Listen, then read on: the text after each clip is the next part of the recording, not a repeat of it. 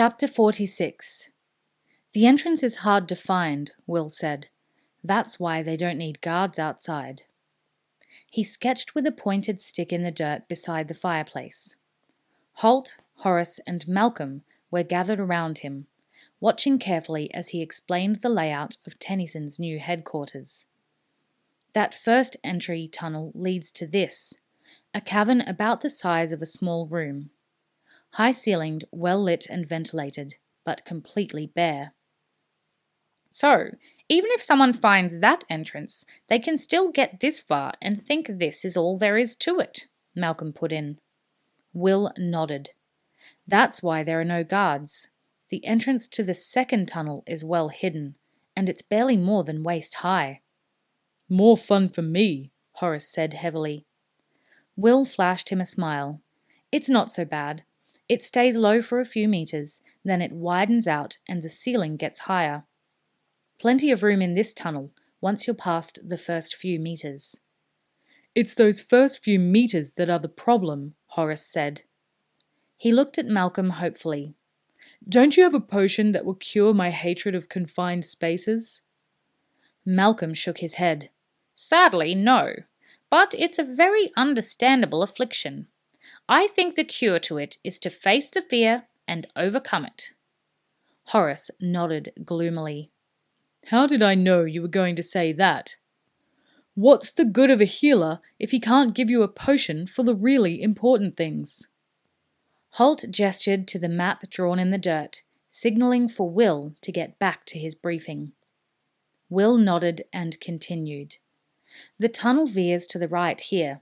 That's where I saw their lights, and opens out into the cathedral.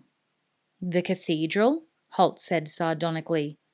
Are you getting carried away with Tennyson's religious fervour, Will? Will grinned. It seemed like a good name for it, Halt. It's easily the size of a small cathedral. I can call it the Great Hall, if you'd rather, he added. Halt didn't answer.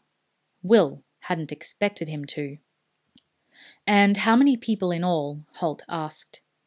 Counting 20 of Tennyson's white robes? His white robes? Who are they? Malcolm interrupted. They're his bully boys and collectors, Will explained. His henchmen, if you like. The ones who are in on the secret. Malcolm signalled his understanding and indicated for Will to proceed. Counting them, there's close to 120, I'd say. Plus there's obviously one of the bandit gangs operating in the area. Halt chewed on a twig for a few seconds. The outlaws can wait, he said. Our first priority is to discredit Tennyson in front of these new converts, then take care of him and his henchmen. How do you propose doing that? Malcolm asked. He looked at the 3 determined faces before him. Only 3 of them. And Will had said there were at least 20 of Tennyson's henchmen still with him. There will probably be violence involved, Halt said, with a deceptive mildness in his voice. 3 against 20? Malcolm queried, pushing the matter. Halt shrugged. Few, if any, of those 20 will be trained warriors. They'll mostly be thugs, used to killing from behind and terrorizing unarmed farmers. It's amazing how those people melt away when they face people who know one end of a weapon from the other. Malcolm wasn't completely convinced. But then, he thought, he'd seen Will and Horace in action at the storming of Castle Mackendor, where the 2 of them had forced their way to the top of the walls and held out against the garrison until their own men could scale the ladders and join them. Maybe they could handle 20 roughnecks. Horace, watching him, saw the doubt in his eyes. There's an old saying, Malcolm, he said. 1 riot, 1 ranger. Do you understand? I assume it means that in the event of a riot or disturbance, all it takes is 1 ranger to restore order, Malcolm said. Horace nodded. Exactly. Well, looking around, I see we have twice as many rangers as we need here. So I imagine I'll be able to have a little holiday while they take care of matters. Halt and Will both snorted disdainfully, and he smiled at them.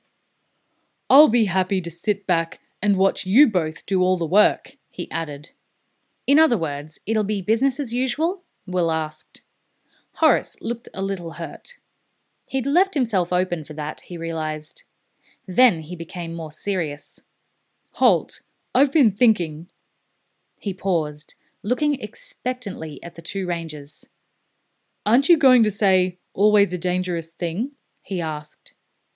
Halt and Will exchanged a glance, then shook their heads. No, you're expecting it. There's no fun in it when you're expecting it, Will told him. Horace shrugged, disappointed. He'd had a snappy comeback ready for them. Now he'd have to save it for another time. Oh, well, anyway, it occurred to me that you want to discredit Tennyson, not just take him prisoner and march him off to Castle Araluen. Halt nodded. That's important.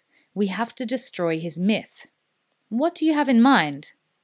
Well, I thought it might help if he was confronted by the shade of King Ferris. Halt considered the idea.